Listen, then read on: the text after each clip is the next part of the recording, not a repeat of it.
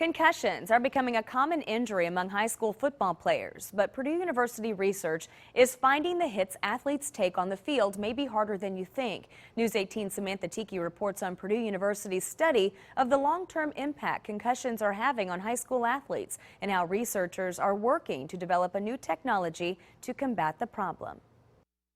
It's a problem that high school athletic trainer Marian Vrujink says is all too common. Concussions are a real common injury in sports. We see them in most contact sports. Contact sports like high school football. And every season, more than 1 million football players take to the field. 67,000 of those will get a concussion. Their brains at this age are not fully matured, and it takes longer to recover when they have some kind of impact. Purdue researchers have been studying the brains of local high school football players for the past 5 seasons.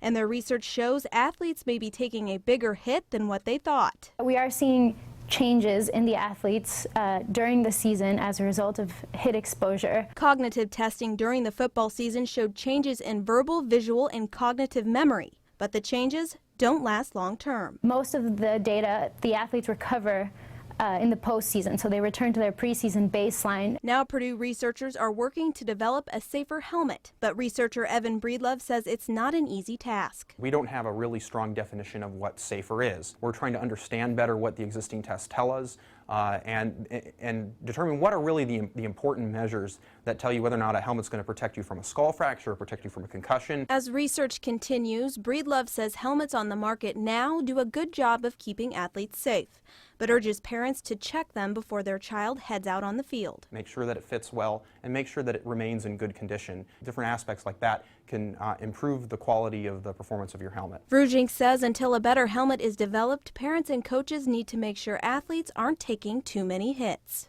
We need to be paying attention to this and seeing what we can do to try to protect our kids and make it a safer sport. In West Lafayette, Samantha Tiki, News 18.